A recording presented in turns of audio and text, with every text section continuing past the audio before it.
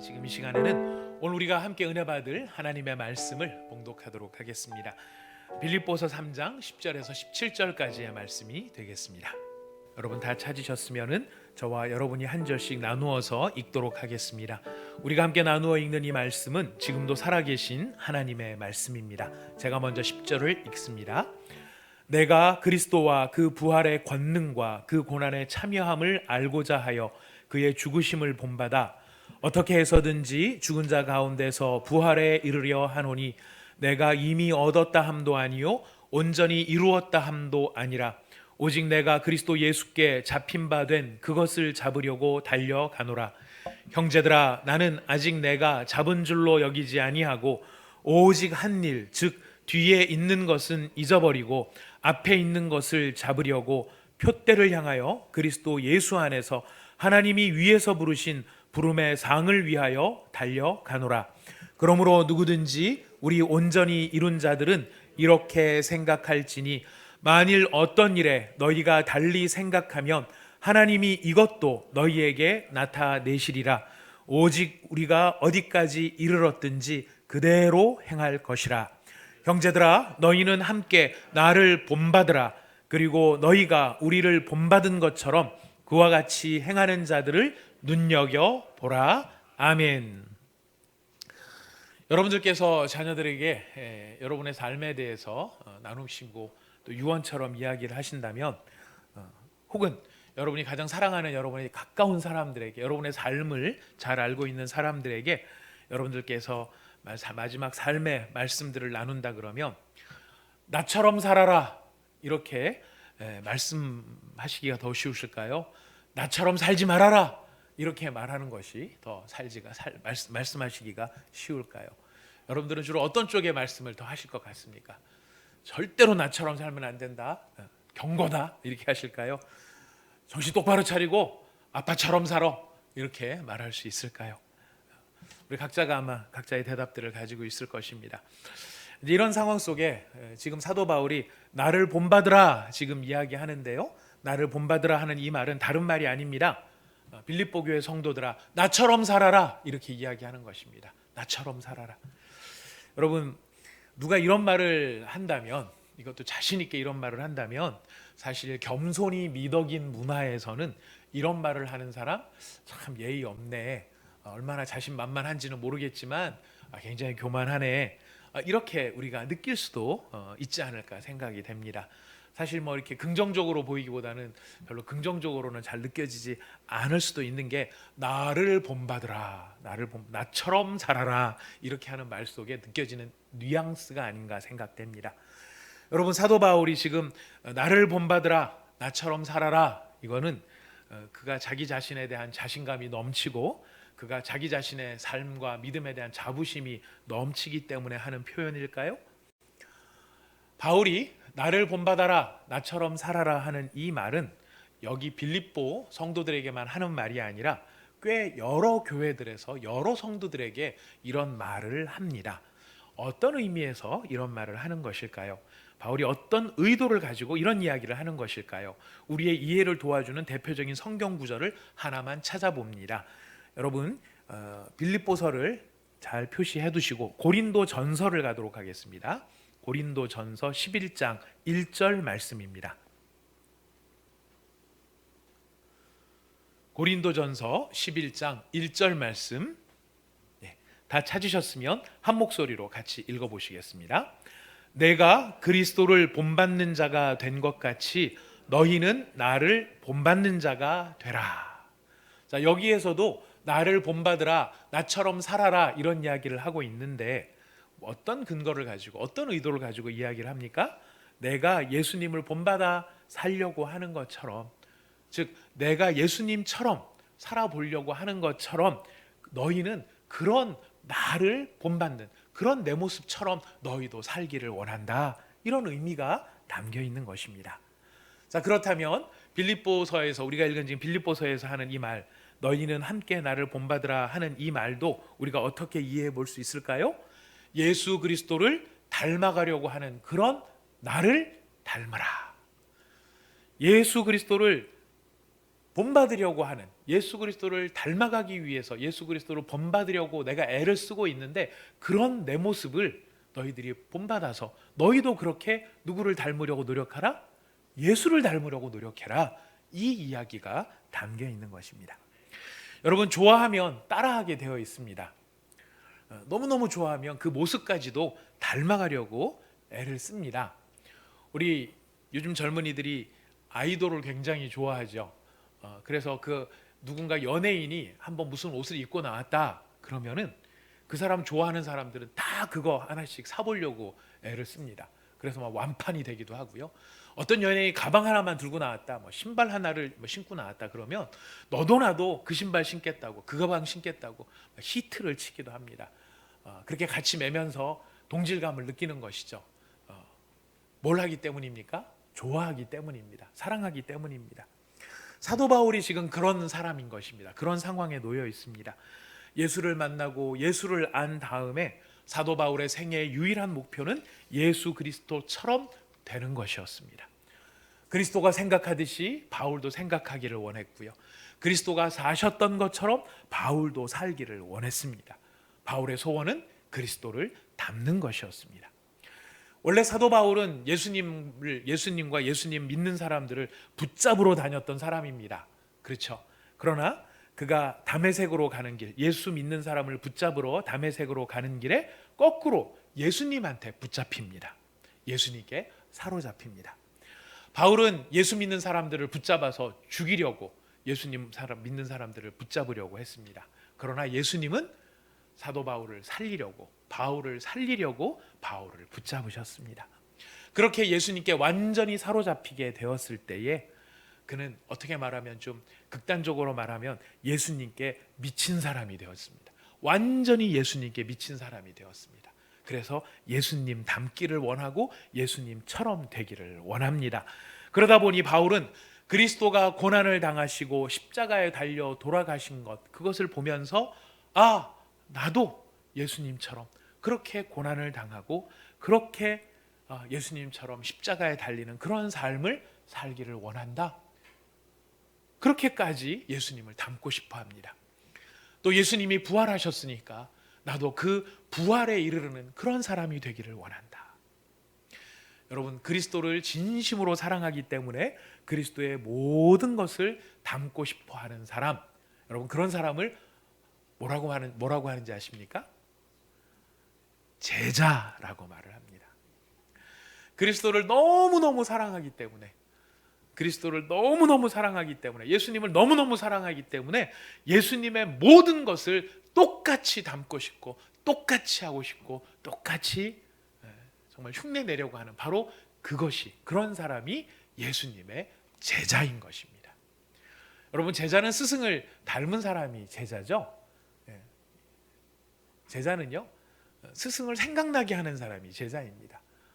바로 그런 것처럼 사도 바울이 예수님을 닮고 싶어 하는데요, 우리도 마음의 소망이 있다면 예수님께 사로잡혀서, 예수님께 미쳐서, 예수님을 어떻게든지 닮고 싶어서 예수님을 본받으려고 애를 썼던 사도 바울처럼 우리도 예수님을 열렬히 사랑하는 그런 하나님의 사람, 예수님의 제자가 다 되기를 부탁드리겠습니다.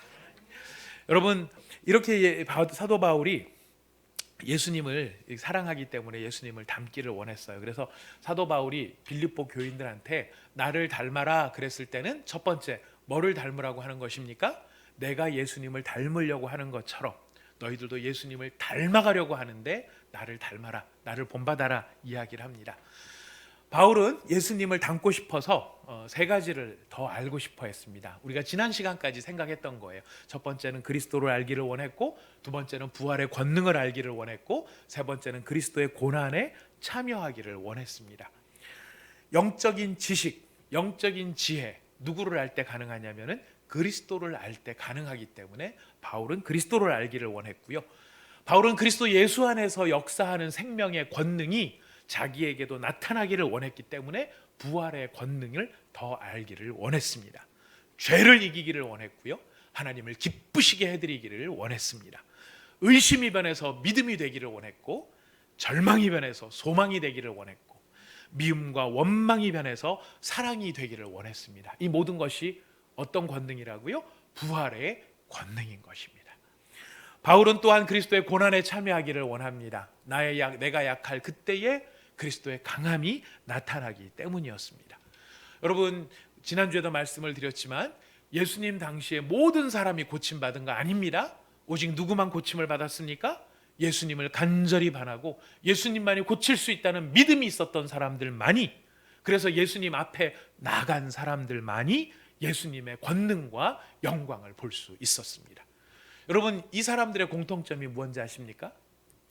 예수님 앞에 나가서 예수님의 권능과 영광을 본 사람의 공통점, 예수님을 간절히 원했던 사람의 공통점이 뭐냐면 그들이 당한 현실이 그들의 힘으로 해결할 수 없는 문제를 갖고 있었던 사람이 그들의 공통점입니다.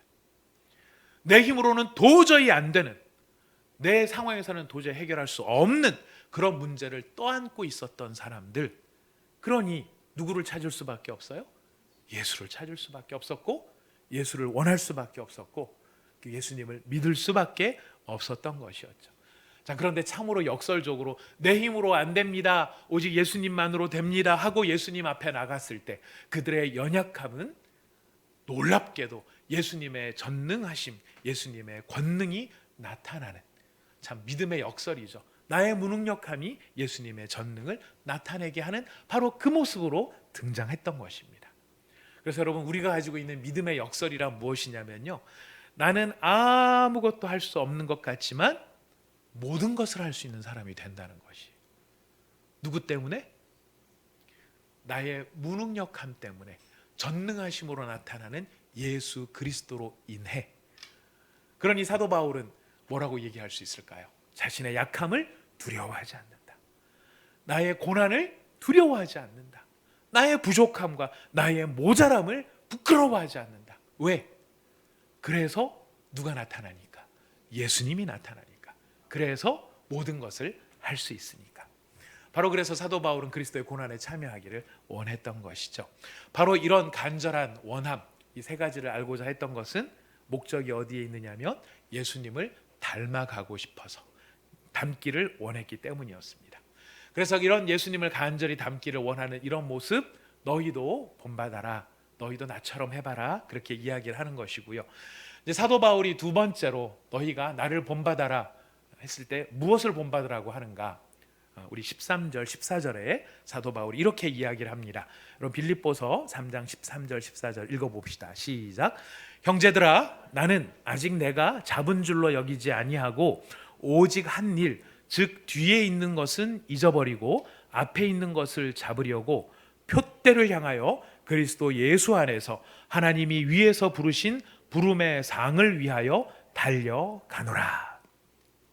바울이 나를 본받아라, 나처럼 해봐라 이렇게 이야기하는 두 번째가 무엇이냐면 표대를 향해 달려가는 이 모습. 난 지금 표대를 향해 달려가고 있다. 바로 표대를 향해 달려가는 이 모습을 너희가 본받기를 원한다, 나처럼 하기를 원한다 라고 이야기를 합니다. 표대를 향해 달려간다 했었을 때 사도 바울은 표대를 향해 달려간다는 말이 어떤 의미인지 몇 가지 이 부연적인 설명을 합니다. 첫 번째 부연이 무엇이냐면 13절 앞에 부분에 보면 나는 아직 내가 잡은 줄로 여기지 아니한다 라고 말합니다. 여러분, 사도 바울 정도가 되면은 이미 모든 것을 많이 잡았다라고도 말할 만합니다. 성령의 충만함을 입었고, 이때 당시에는 바울의 나이도 꽤나 많이 들었기 때문에 1차 전도 여행, 2차 전도 여행, 3차 전도 여행, 4차 전도 여행까지도 모두 마치면서 수많은 교회들을 섬기고 많은 사람들에게 복음을 전한 그런 결과를 가지고 있습니다. 자, 그렇다면 그는 이미 많은 것을 잡았다라고도 말할 수 있을 텐데 사도 바울 스스로 말합니다. 나는 아직 다 잡은 게 아니다. 나는 아직 다 잡았다고 생각하지 않는다. 어떤 점에서 그럴까요? 예수를 닮아가는 일에 있어서, 예수를 닮아가는 일에 있어서 그 거룩함과 그 섬김과 그 고난과 십자가의 길을 통해 예수를 닮아가는 그 일은 아직까지 내가 다 붙잡은 것이 못 되었다, 아직 좀 더 가야 된다, 아직 멀었다, 이 이야기를 하고 있는 것입니다. 우리는 참 어떤 때는 이렇게 속을 이렇게 잘못된 기준을 정리할 때가 있어요. 아직 난 못 잡았다가 아니고 난 좀 잡았다 이렇게 생각을 할 때가 있는데요. 어떤 것을 가지고 잡았다고 생각하냐면 내가 이제 집사가 되었다. 훈련, 제자 훈련, 사역 훈련, 그 어려운 과정들, 그 많은 힘든 과정들을 거쳐서 마침내 순장이 되었다. 내가 권사가 되고 장로가 되었다. 내가 사명감을 가지고 목회자가 되고 선교사가 되었다. 이런 직분을 갖게 되면은 내가 그래도 좀 뭔가를 붙잡았지라고 생각할 수도 있을지 모르겠어요. 개척교회로 시작을 했는데 교회가 100명이 되었다. 1000명이 되었다. 여러분 이거 훌륭한 이게 뭐 잡은 교회 아닙니까? 10,000명이 되었다. 역시 우리 온사랑의 교회 성도님들의 스케일은 10,000명 가지고도 차지 않는 것 같습니다. 앞으로 하나님께서 우리 온사랑 저를 통해서는 역사를 어떻게 하실지 잘 모르겠지만 확실히 성도님들을 통해서는 10,000명으로 제한되시지는 않을 것 같습니다. 자, 그런데 여러분 100명이 됐든 1000명이 됐든 10,000명이 됐든 그러면 완성이 된 것입니까? 아니에요. 예수를 담는 일에 있어서는요, 내가 무슨 직분을 맡았든 우리 교회 성도들의 교회들의 사이즈가 얼마가 되고 그 교회가 어느 정도로 커졌다고 해서 그것이 예수를 닮은 일에 완성이 되었다라고 말할 수는 없다는 것이. 뭔가 좀 대충 그래도 뭔가 됐다라고 생각할 때 여러분 참 놀랍게도 유혹이 찾아옵니다. 이 정도면 어느 정도 되지 않았을까라고 생각했을 때 시험에 빠집니다. 대표적인 인물이 다윗이지요. 다윗이 밧세바를 통해 시험에 빠지게 되었을 때의 상황은 다윗이 예루살렘에 성도 만들고요, 주변에 있는 여러 나라들을 어느 정도 통제를 할 수 있었고, 굳이 본인이 전쟁터에 나가지 않아도 다른 장군들만으로 충분히 제어가 가능하다라고 생각할 만큼 어느 정도 좀 완성된 상황에 있었어요. 그러니 다윗이 전쟁터에 나가지 않고 다윗성에서 쉬고 있었던 것입니다. 한숨 낮잠을 늘어지게 자고 난 다음에 그가 일어났을 때 그의 눈에 띄었던 것이 목욕을 하고 있는 한 여인의 모습이었습니다. 어느 정도 내가 이루었다라고 생각하는 그 순간이 바로 유혹과 시험이 찾아오는 순간이었고, 그것으로 인해서 크게 넘어지는 일이 벌어지는 것이죠. 바울은 이야기합니다. 예수님을 닮아가는 그 일에 있어 나는 아직 다 이루어진 것이 아니다. 아직 다 이루어진 것이 아니다라고 이 말을 통해서 우리는 한 가지 더 배우는 게 있습니다. 예수님을 닮아가는 이 일에는 은퇴란 없다라는 것이. 우리가 직장 생활은 은퇴가 있을 수 있습니다. 은퇴를 하신 분들 참 은퇴를 하고 나면은 좀 쉬기도 하고 좋을 것 같지만, 사실 참 은퇴를 하고 나신 분들, 그래서 뭔가 새로운 것을 찾지를 못하면은 그 남아있는 시간들은 그 시간들을 그냥 소진하고 소비시켜 나가는 그런 모습으로 살아가는 분들도 있는 것을 봅니다. 참 안타까워요. 그런 모습들을 보면은. 근데 여러분 기억하십시오. 예수님을 닮아가는 그 일에는요, 결코 끝이 없어요. 은퇴라는 게 없어요. 목사님들 보면은 70세 은퇴를 하시고 아니 65세에 조기에 은퇴를 하시는 분들도 계세요. 목사라는 사역은 끝날지 모르지만 뭐는 아직 끝나지 않았습니까? 예수를 닮아가는 일은요, 그 다음에도 계속되는 것이에요. 바로 이런 모습, 정말 그런 마음에 도전이 됩니다. 젊었을 때 우리 전도사 때 또 막 처음 신학 시작을 할 때, 아니면 목사 안수를 금방 받았을 때 그 부지런함, 그 열정들, 그것을 나이가 들어서도 목회를 은퇴한 다음에도 계속해서 그 거룩함을 향하여 추구하고 예수님을 닮아가려고 애를 쓰는 그런 모습이 남아있다면 저는 정말 그 사람은 행복한 사람이라고 말하지 않을 수 없을 것입니다. 예수님을 향해서 자기 인생을 충실하게 달려가려고 하는 바로 그 모습, 목회자만의 문제겠습니까? 모든 성도들도 바로 이런 모습을 놓치지 않을 때 얼마나 아름다운 모습인가 말하지 않을 수 없습니다. 여러분, 꿈은 무엇이고 비전은 무엇일까요? 우리가 비전, 꿈 얘기 많이 합니다. 내 꿈이, 난 무슨 꿈을 꿔야 되지?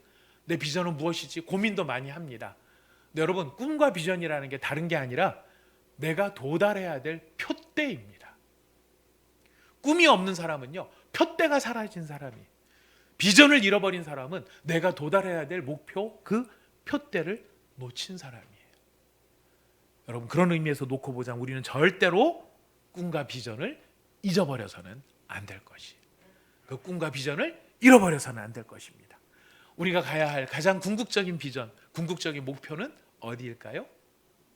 예수 그리스도를 닮아가는 것입니다. 자, 그런데 여러분, 이 궁극적인 표대 예수 그리스도를 닮아가는 일에 가장 방해가 되는 것이 무엇인가? 사도 바울이 이어서 이야기를 했어요. 나는 뒤에 있는 것은 잊어버렸다라고 말을 합니다.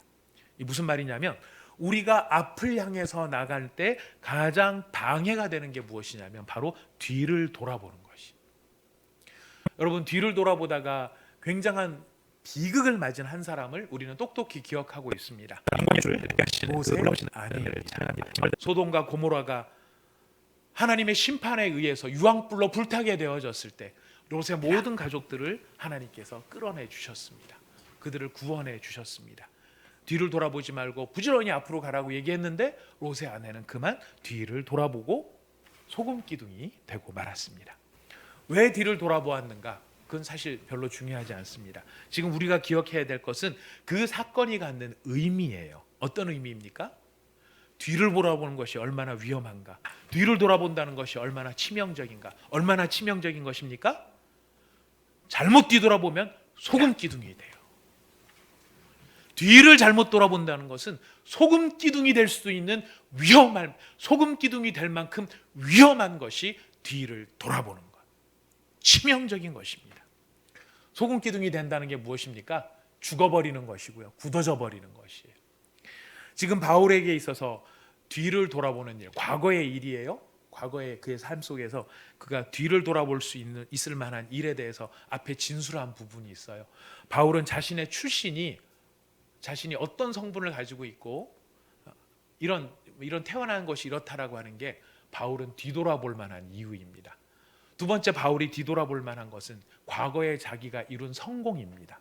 이런 정도로 잘했어. 또 바울이 뒤를 돌아볼 만한 것은 자신의 실패예요. 내가 스데반을 죽이기까지 했어. 이런 실패예요. 그런데 내가 어떤 출신이냐, 내가 어떤 업적을 쌓았느냐, 내가 얼마나 큰 성공을 이루었느냐, 내가 어떤 또 실패를 했느냐, 이런 과거의 일을 생각하면서 그 뒤를 돌아보는 것이 우리한테 어떤 위험이 된다고요? 소금 기둥이 되게 하는 위험이 될 수 있다는 것입니다. 저희가 이제 예전에 이제 저희가 신대원 학번은 92학번이니까요. 그래서 이제 그때 저희가 교육전도사 이런 걸 같이 하면서 신대원 같이 동기생들이랑 주일날 돌아와서 이제 이런저런 사역의 이야기를 막 나눕니다. 그 교회 어땠어? 분위기는 어때? 내가 좀 본받을 건 없을까? 어떻게 하면 더 잘할 수 있을까? 뭐 이런 이야기들을 나누는 그런 시간들이 그때 있었습니다.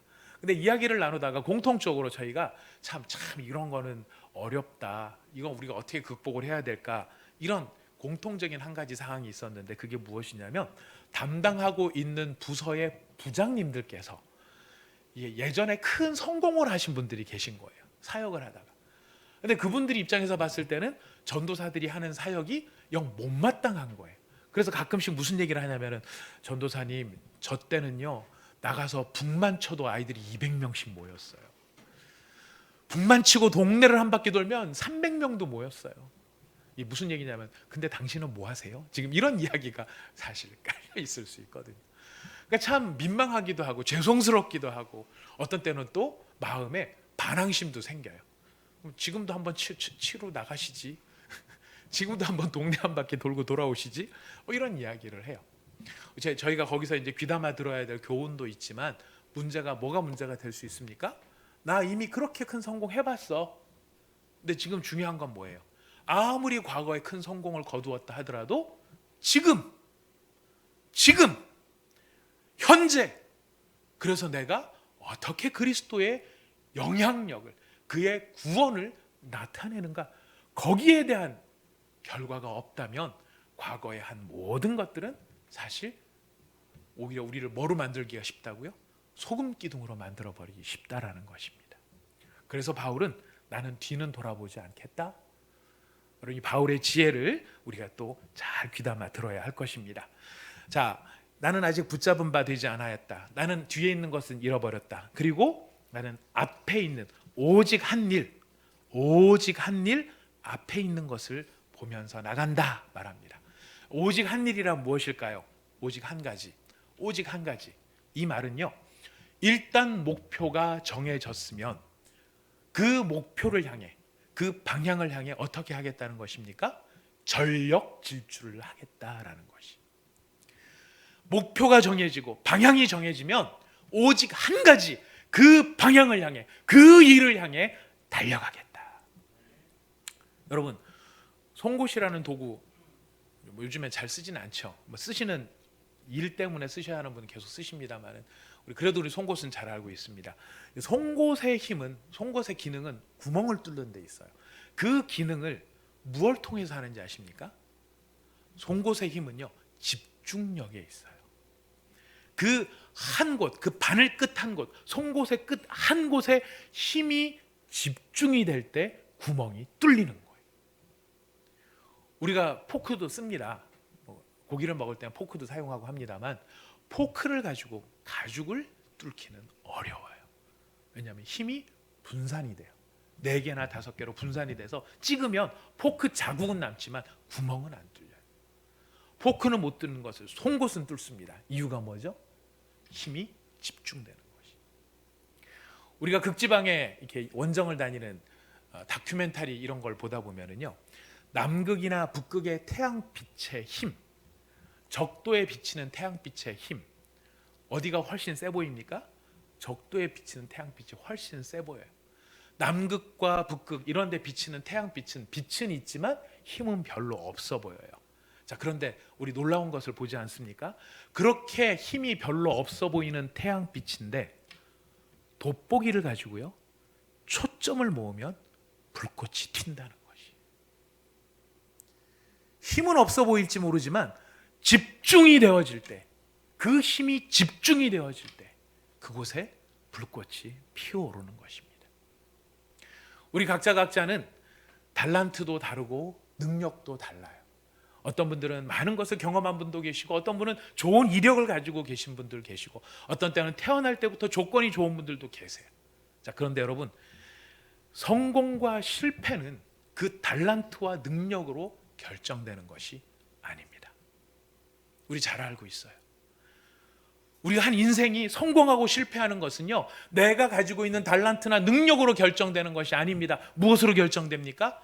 집중력으로 결정이 되는 것입니다. 사도 바울은 오직 한 일, 무슨 말이냐면 나는 그 일에 집중하겠다라는 거. 집중하겠다라는 이 말은 내가 뒤나 옆도 돌아보지 않고 오직 앞만 향해서 가겠다, 이런 의미가 담겨 있습니다. 여러분, 아주 오래전에 있었던 일입니다. 어느 목사님께서 예전에 이제 뭐 교회, 도시교회도 옛날이 어느 정도 옛날인지 상황에 따라 다르지만 이 시골에 가면은 담임 목사님이 모든 교회들마다 다 담임 목사님을 둘 수가 없으니까 한 목사님께서 여러 교회를 공동으로 담임하는 경우가 있습니다. 아니면 한 교회를 담임하면서 다른 교회들을 이렇게 가서 설교도 해주시고 돌아보는 그런 일들이 있습니다.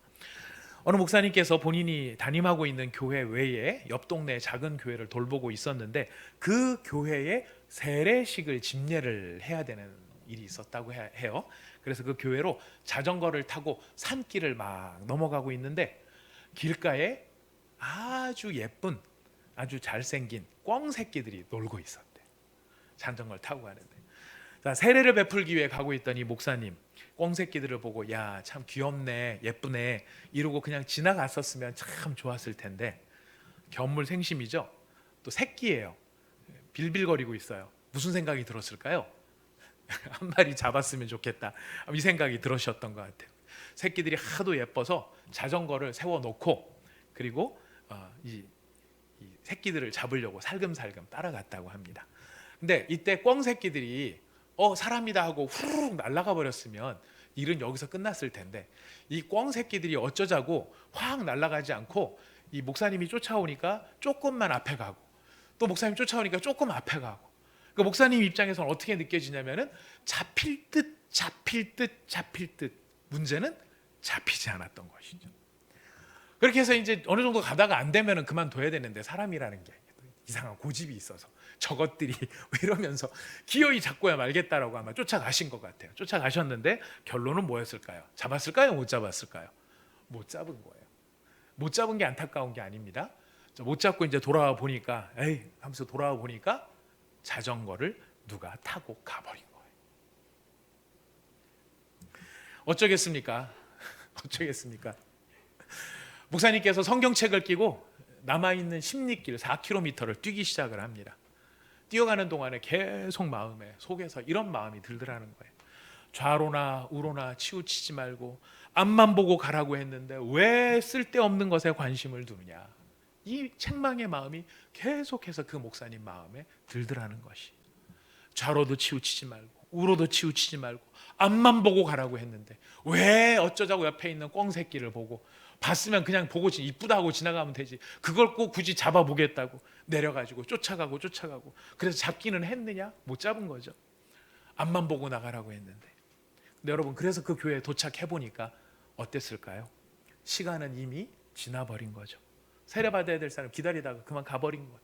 온몸은 땀으로 젖어버렸어요. 자기 스스로 생각해도 너무나 자기 모습이 흉측하고 흉하더라는 거예요. 너무너무 민망하더라는 거예요. 땀에 쩔어있는 그 모습이. 근데 여러분 이런 일이 어디 이 목사님 한 분의 이야기겠습니까? 우리의 인생을 살다 보면 한눈을 팔 때가 한두 번이 아니에요. 결과는 무엇입니까? 무가치한 일에 몰두해버리고 값어치 없는 자리에서 허우적거리고 있고 시간을 낭비하고 가던 길을 잃어버리고 방황하면서 마치 닻이 없는 배처럼 정처 없이 표류하고 있는 인생, 바로 그런 모습에 빠지게 되지 않습니까? 그래서 바울은 지금 뭐라고 얘기하나요? 스스로 나는 오직 한 일, 표대를 향하여 달려간다. 여러분이 달려간다는 말이요, 옛날 성경에는 쫓아간다는 말인데 이 쫓아간다는 말이 성경에서 몇 번 등장을 합니다. 어떤 때 쓰였느냐면은 구약 성경에 보면 이스라엘 백성들이 애굽에서 나왔어요. 그래서 홍해로 가고 있어요. 그때 이스라엘 백성들을 내보냈던 애굽 사람들이 가로늦게 정신을 차립니다. 이거 우리가 뭔 일을 저지른 거야? 저것들 그냥 보내면 안 돼. 다 잡아오든지 안 따라오면 다 죽이든지 이대로 보낼 수는 없어. 그래서 이스라엘 백성들을 맹렬하게 따라갑니다. 그 맹렬하게 따라간다는 말이 무엇이냐면 지금 여기서 쓰고 있는 달려간다 이 말. 또 언제 등장을 하느냐면 야곱이 야밤에 도주를 합니다. 이 삼촌한테서 속았다. 어쨌든 도망을 가자. 이제 탈출을 하자. 그래갖고 도주를 해요. 그래서 삼촌하고 며칠 정도 거리가 생기냐면 7일 정도 거리가 생깁니다. 여러분 이 정도면은 안전하지 않을까요? 안전하다고 생각했을지 모르겠어요. 근데 삼촌 라반은 그게 아니었어요. 7일 길을 마다하지 않고 저놈의 야곱을 잡아서 내가 다리몽댕이를 분질은 한이 있더라도 저걸 쫓아가야 되겠다. 그래서 쫓아간 그 모습이 이 단어예요. 라반이 야곱을 따라갔더라. 그래서 이 말은요, 굶주린 사자가 먹잇감을 발견하고 자기의 모든 시선, 모든 에너지를 집중해서 전력 질주하는 바로 그 모습이 어떤 모습입니까? 달려가노라예요. 달려가. 여러분 굶주린 사자가 앞에 있는 사냥감들, 토끼가 있는데 그거 못 잡으면 어떻게 됩니까? 또 굶어야죠. 그러니까 그 또 굶어야 되는 건 생존의 위협이 되죠. 사자가 어떻게 합니까? 여러분 이 사실 아세요? 사자는요 토끼 한 마리를 잡을 때도 최선을 다해요. 기억하셔야 됩니다.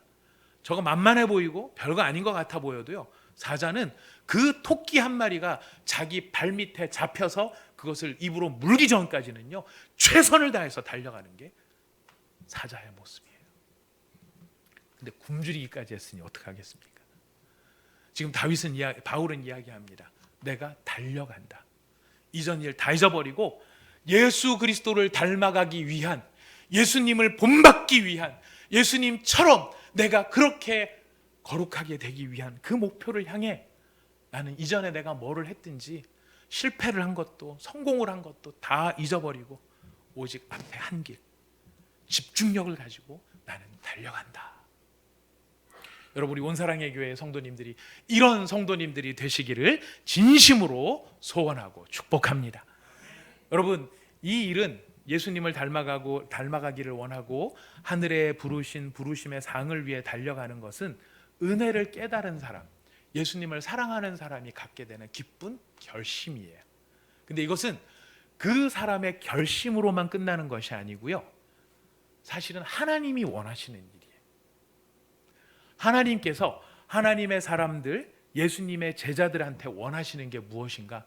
바로 지금 바울이 이야기하고 있는 이런 모습을 원하고 계시는 거예요. 집중력 있고 흐트러지지 않고 그 일을 향해서 앞을 향해 달려가는, 예수님을 향해 달려가는 바울처럼 이렇게 달려가기를 원하시는데, 그렇게 집중력이 흐트러져서 그렇게 달려가야 되는데 달려가지 않고 집중력이 흐트러진 경우 하나님이 어떻게 하실까요? 성경에 보니까요, 바로 집중력이 흐트러진 한 사람을 하나님께서 집중력을 가질 수 있도록 만들어 주시는 장면이 등장합니다. 여러분, 그래서 성경에 보면은 하나님께서 다윗을 몰아가신 적이 있으세요. 다윗을 확 몰아가신 적이 있으세요. 다윗을 어디까지 몰고 가셨냐면은 동굴에까지, 광야에 있는 동굴에까지 몰아가신 적이 있으세요. 그것도 나이가 몇 살에? 젊은 시절 막 이렇게 혈기가 막 있어가지고 어디에서 잠을 자도 막 아무 문제가 없는 그런 정도의 나이가 아니라, 이제는 환갑이 넘고 백발을 휘날리면서 이제 막 몸도 이제 막 부실해져 있는 그런 상태의 다윗을 광야까지 몰아내신 적이 있으세요. 사건의 발단은 압살롬이 쫓아와서 어쩔 수 없이 도망간 적이 있었어요.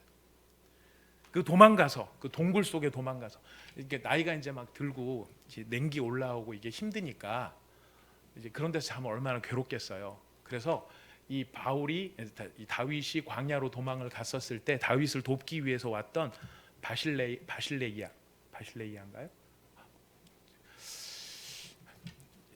저도 점점 다윗의 심정이 느껴지는 나이로 가고 있는 것 같습니다.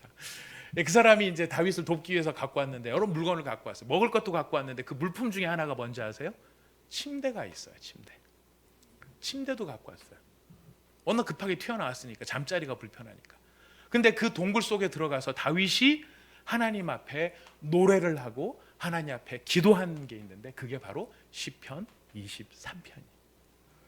그 동굴 속에서 다윗이 뭐라고 말을 하느냐면, 푸른 풀밭과 쉴만한 물가로 나를 인도해 주셨습니다. 뭘 보면서요? 동굴을 보면서, 광야를 보면서. 아마 다윗의 신하들이 이 노래를 들었다면 뭐라고 말을 했을까요? 다윗이 너무 정신적인 충격이 커서 이제는 미쳤나 보다 생각을 했을 거예요. 왜? 이 동굴이, 이 사막이, 이 광야가 어떻게 푸른 풀밭이 될 수 있고 어떻게 쉴만한 물가가 될 수 있느냐라는 거죠. 다윗이 그곳을 푸른 풀밭, 쉴만한 물가로 노래했던 이유는 바로 그 다음 절 때문에 그렇습니다. 뭐라고 이야기합니까? 내 영혼을 소생시키시고. 다윗이 그 동굴에서 이곳이 푸른 풀밭이라고 노래할 수 있었던 이유는 자기의 영혼이 그 동굴에서 살아난 거예요. 영혼이 살아났다는 게 무슨 뜻일까요? 그리스도인들에게 영혼이 살아났다는 것은 다른 말이 아니에요. 하나님을 다시 만났다라는 거예요. 내가 이 동굴 안에 들어와서 하나님을 다시 만났다라는 것이에요. 그 얘기는 다윗이 그 전까지 하나님을 놓치고 살았고 잊어버리고 살았다는 거예요. 뭐 하느라고? 나라 다스리느라고. 나라를 열심히 다스리다 보니까, 다윗이 나쁜 왕이 아니죠. 좋은 왕이에요. 좋은 왕으로 나라를 열심히 다스리다가 뭐를 놓치기 시작했냐면 하나님을 놓치기 시작한. 하나님에 대한 감각이 사라지다 보니까 하나님이 싫어하시는 일을 다윗이 인구 조사를 한다든가 이런 일들을 하는 거예요. 자, 그런데 압살롬한테 쫓겨가지고 그 동굴까지 들어와서 보니까 다윗이 뭘 깨닫는 겁니까? 내가 그렇게 노심초사 잠도 못 자며 나라를 경영했던 이 나라가 목숨이 경각에 달린 이 상황에 놓고 보니 아무것도 아니고. 그리고 그 자리에서 누구를 다시 만난다고요? 하나님을 다시 만나. 그때 만난 하나님은 어떤 하나님입니까? 내가 아주 소년 시절 어렸을 때 아무도 나를 인정해 주지 않는 그런 때에 내가 광야에 나가서 이 양들을 몰고 다니면서 이 양들 틈바구니에서 잠을 자고 하늘에 있는 별을 보고 거기에 피워놓은 모닥불 옆에서 찬양을 하며 여호와 샬롬 찬양을 하고 있을 때 그 어두움 속에 아무도 양들밖에 없는 그 속에 나를 찾아오셔서 나를 만나주시고 나를 택해 주시고 나와 함께 하셨던 그 은혜의 하나님, 그 은혜의 하나님을 어디서 다시 만났다고요? 동굴에서 다시 만났어요. 하나님 입장에서는 다윗이 나라를 잘 다스리는 것보다 더 중요한 게 뭘까요? 다윗이 하나님을 만나는 것이, 다윗이 하나님을 사랑하는 것이, 다윗이 하나님만을 의지하는 것이에요. 하나님 외에 다른 것들은 하나님이 주신 선물이었는데 거기에 마음을 뺏긴다? 그건 잘못된 거죠. 왜냐하면 그것에서 생명을 얻을 수 없기 때문입니다. 다윗이 그런 필요를 몰랐을 때 바로 그 동굴을 예배해 주신 하나님, 그가 경험하는 것은 압살롬에게 쫓기고 목숨이 위협을 받는 과정이었지만 결론은 무엇이에요? 그래서 누구를 다시 만나요? 하나님을 다시 만나요.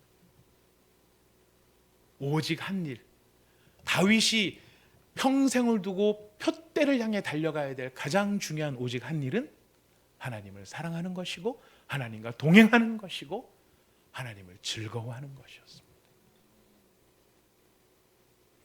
사랑하는 여러분, 우리가 지금 이 코로나의 시간들을 겪으면서 이제 많은 해석들이 나오기 시작을 해요.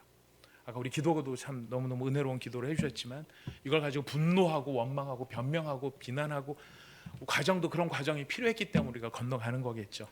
하지만 여러분, 이 코로나의 과정은 우리가 영적으로 이해를 해보면은요, 무엇이 소생되어야 될 기회일까요? 성도의 영혼이 소생되어야 할 기회이고요, 교회가 소생되어야 할 기회인 것이.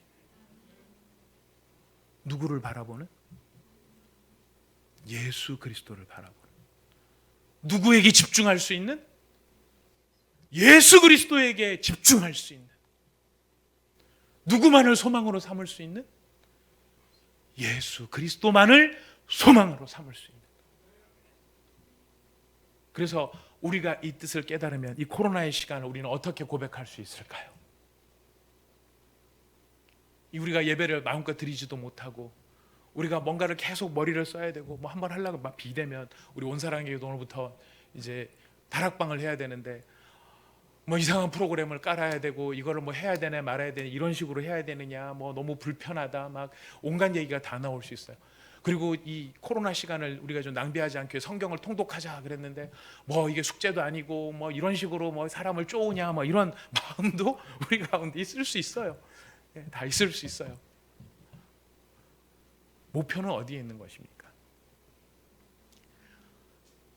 그렇게 해서라도 우리가 도달하려는 목표가 있음을 여러분 기억하시기 바랍니다. 예수 그리스도를 다시 만나야 합니다. 우리 성도 한 사람 한 사람이 예수를 만나야 하고 우리 이 땅의 교회들이 예수를 다시 만나야 하고, 그래서 우리의 자랑이 교회 건물도 아니고 우리의 숫자도 아니고 우리가 가진 힘도 아니고 우리의 자랑이 오직 예수님이 될 수 있는 바로 그 자리로 우리가 돌아가야 하는 것입니다. 그 자리에 이르러야 하는 것입니다. 그 자리에 이르러서 나의 영혼이 소생되었다, 우리 교회가 소생되었다, 이 땅의 신앙이 소생되었다. 우리가 그 소생을 경험할 때 우리는 이 시간을 푸른 풀밭이요 쉴 만한 물가라고 노래하는 다윗의 마음을 우리가 회복할 수 있게 될 것입니다. 그 회복을 위해 바울은 이야기합니다. 오직 한 일, 뒤에 있는 것은 잊어버리고 앞에 부르신 부르심의 표대를 향하여 집중력 있게 좌로나 우로나 치우치지 아니하고 그리스도 예수를 향하여 달려가는 우리 모두가 되라고 오늘 우리 하나님께서 우리에게 선포하여 주셨습니다. 우리 말씀 마음에 새기면서 우리의 마음이 흐트러져 있었다면 다시 추스립시다. 우리의 마음이 예수 외에 다른 것에 우리의 마음이 가 있었다면 우리의 마음을 예수님 다시 만나기를 원합니다. 예수님을 다시 확인하기를 원합니다. 예수님의 그 은혜를 생생하게 체험하기를 원합니다. 우리의 마음의 소망을 회복할 수 있는 저와 여러분이 꼭 되시기를 부탁드리겠습니다. 우리 함께 같이 기도하도록 하겠습니다. 바울은 담대하게 이야기합니다. 나를 본받으라. 예수님 닮아가려고 하는 나를 본받고 부르심의 표대가 무엇인지를 정확하게 깨닫고 그것에 집중해서 달려가는 나를 본받으라 이야기합니다. 우리가 그런 모습이 우리 가운데 없다면 하나님 이런 모습 본받아 하나님 우리의 영혼의 소생을 위하여서 달려갈 수 있는 저의 믿음 회복시켜 주시옵소서.